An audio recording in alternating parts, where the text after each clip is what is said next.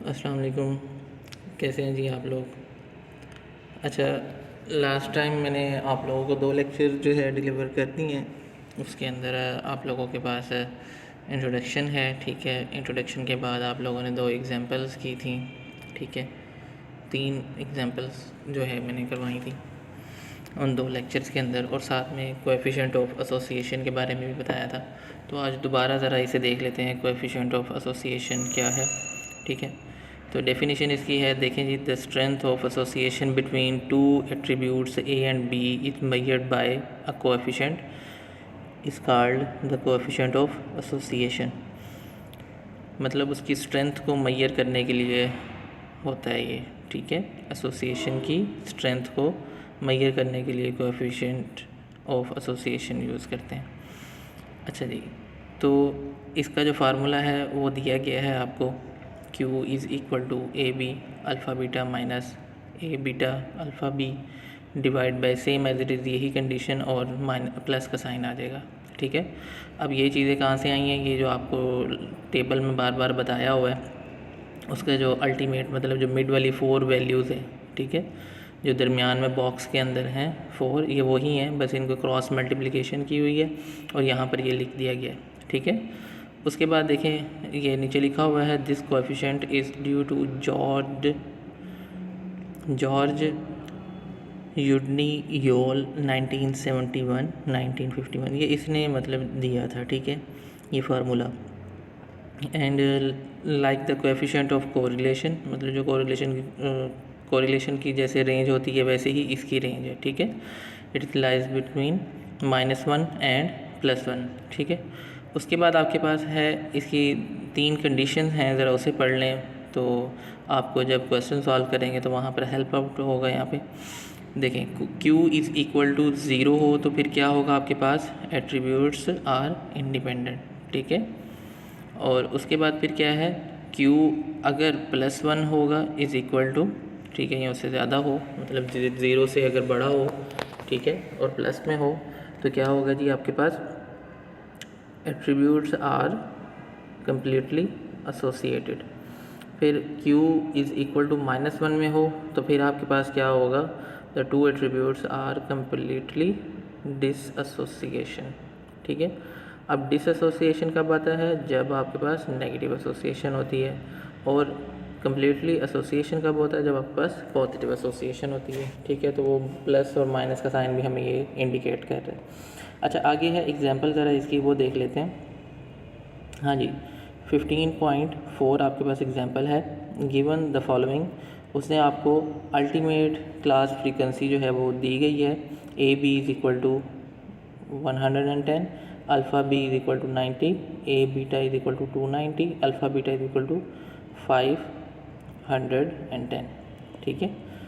Discuss association, तो हम वैसे ही सेम एज इट इज़ अपना एक टेबल बनाएंगे, ठीक है। जैसे मैंने आपको पहले बताया 2-3 बार, वैसे टेबल बनाया, उसके अंदर वैल्यूज़ पुट कर दी हैं, ठीक है। अब जब आपने जो वैल्यूज़ गिवन थी वो पुट की हैं, जो कि मिड में हैं, ठीक है, दरमियान वाले जो 4 वैल्यूज़ हैं वो आपको नज़र आ रही होंगी। जब आपने रो वाइज उसे ए का टोटल किया तो 400 आ जाएगा, ठीक है, और अल्फ़ा का टोटल किया तो 600 आ जाएगा। तो मतलब ए ब्रैकेट का भी आपके पास टोटल आ गया और अल्फ़ा का भी टोटल आ गया। इसी तरह same as it is B और क्या कहते हैं बीटा, उसका भी आपके पास टोटल आ जाएगा, ठीक है। और ग्रैंड टोटल आपके पास क्या आ जाएगा? n is equal to 100। वो दोनों तरफ से अगर आप कर लें, रो वाइज भी कर लें और अगर आप लोग कॉलम वाइज भी कर लें, तब भी टोटल वो सेम रहेगा जी। आगे नेक्स्ट स्लाइड पर चलते हैं जी। देखिएगा जी, ऑब्ज़र्व फ्रीक्वेंसी, ठीक है। Observe frequency of A B is equal to, A B is equal to किसके इक्वल है? 110। एक्सपेक्टेड फ्रीक्वेंसी हमारे पास क्या होती है? A B is equal to A into B divide by N, ठीक है। 400 200 divide by 1000 is equal to 80। अब ये जो ए बी का आपके पीछे आंसर उसने दिया है 110, ठीक है, ए बी, ठीक है। ये इंडिपेंडेंट, हम इंडिपेंडेंसी इसकी चेक कर रहे हैं कि ये पॉजिटिव होगा, नेगेटिव होगा या इंडिपेंडेंट होगा, ठीक है।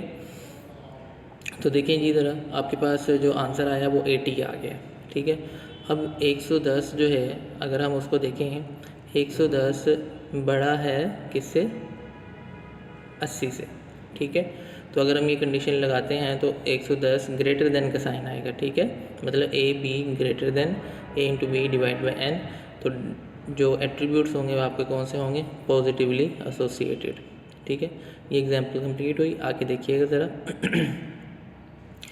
15 ये है जी आपके पास कोएफिशिएंट ऑफ एसोसिएशन की एग्जाम्पल। देखिए इसके अंदर 15.5 आपके पास एग्जाम्पल है, कहता है 1660, ठीक है, 1660 candidates appeared for a competitive examination and 422 were successful, ठीक है। अगर जो पहले की बात करेगा, एक तो उसने पहले बात की सबसे पहले जो कि टोटल था सारा होगा ना, सारे स्टूडेंट्स हैं जो भी थे, तो वो जो टोटल था वो आपके पास n हो जाएगा, n इज इक्वल टू 1660, ठीक है, वो n आ जाएगा आपके पास। और जो पहली बात करेगा तो वो समझ लेना वो a होगा, क्या होगा, a ब्रैकेट जो टोटल होता है 420। उसके बाद आपके पास आएगा जो सेकंड की बात करेगा वो b होगा, याद रखिएगा, ठीक है। सेकंड के बाद उसने किया कि 256 had attended a coaching class, ठीक है, यहाँ तक। आगे फिर अगली बात करता है एंड ऑफ दीज मतलब पिछले दोनों की बात कर रहे हैं ना, तो दो चीज़ों के बारे में बात आ गई। दीज मतलब कि भाई ए और बी दोनों, ए और बी दोनों आ गए, तो फिर ए और बी इज इक्वल टू क्या हो जाएंगे आपके पास 150। तो came out successful, find the coefficient of association. तो आपने अपनी चीज़ें निकालनी वहाँ से, ठीक है। N is equal to value आ गई, ए की वैल्यू आ गई, बी की और ए बी दोनों की। चलें अब देखिएगा आपके पास आगे आ जाएं। अब आगे देखें आपके पास जो वैल्यूज़ हैं ये तो थी आपके पास जो कॉर्नर वाइज आपके पास होते हैं टोटल्स, ठीक है, ये वो थे, मतलब आपके पास अल्टीमेट फ्रीक्वेंसी नहीं है। तो आप वो फाइंड करेंगे कैसे, देखें ज़रा। आप लोगों के पास पहले तो टेबल बना लें, ठीक है। टेबल बनाने के बाद आप लोगों के पास जो वैल्यूज़ हैं वो पुट कर दें, ठीक है। उसके बाद आपने क्या करना है, वैल्यूज़ फाइंड करनी है।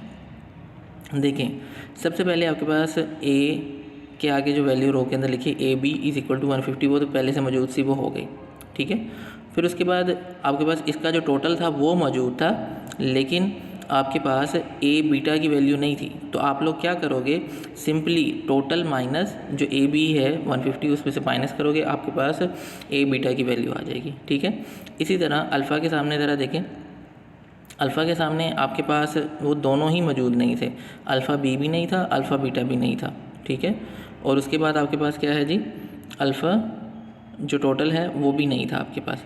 अब आप लोगों ने यहाँ पर क्या करना है, देखें आपके पास बी तो मौजूद था ना, तो बी माइनस ए बी करेंगे, ठीक है। तो आपके पास कौन सी वैल्यू आ जाएगी 106।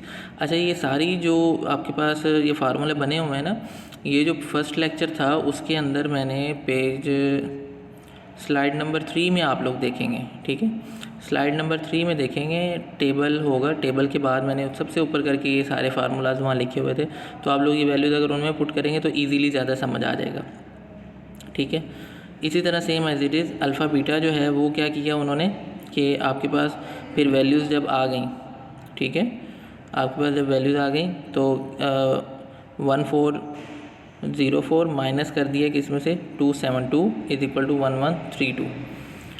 चलें और फिर उसके बाद अल्फ़ा आपके पास आंसर आ गया 1238, ठीक है। इस तरह ये सारी वैल्यूज़ निकल आएंगी और वो आपने उठा के सिंपली क्या करना है, इसमें क्यू के फार्मूले में पुट कर देनी है, ठीक है। उनको मल्टीप्लाई करेंगे पहले, फिर माइनस करेंगे, फिर प्लस करेंगे और फिर डिवाइड कर देंगे और आंसर आपके पास 0.7 बना जाएगा, ठीक है जी।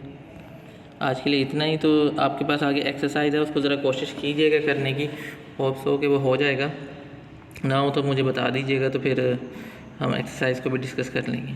ओके जी, अल्लाह हाफ़िज़।